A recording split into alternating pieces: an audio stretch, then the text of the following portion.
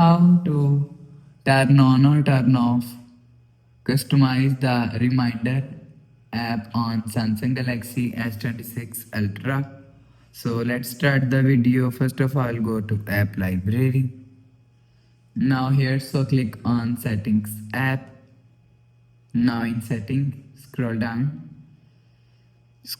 and click on the search icon and search customize app. So you will see, after click on customization services, so click on customized app. So after click on customized app, scroll down and you will see reminder is here.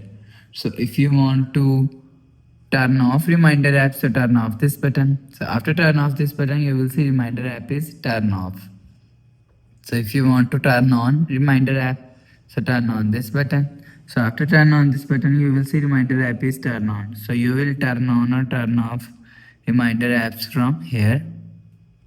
So after the process, go back to home screen, refresh phone. So that's how you can turn on or turn off, customize the reminder app on Samsung Galaxy S26 Ultra.